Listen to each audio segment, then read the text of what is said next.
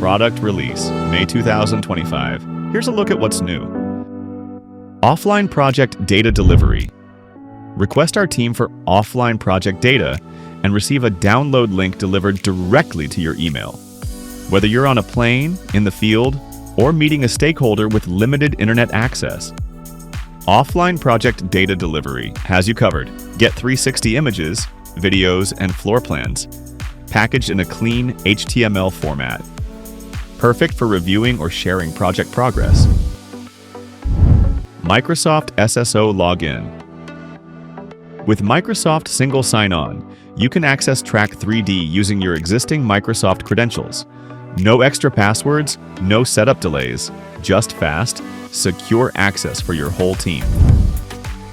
Add phone photos from Gallery. Now you can upload photos directly from Gallery to Track 3D and link it to the right location. Whether you already have the perfect shot captured earlier, or your camera wasn't working while on site, this feature saves time and improves documentation accuracy. It's flexibility right from your gallery. Out-of-scope assets. Not every asset on a floor plan is relevant to your tracking goals.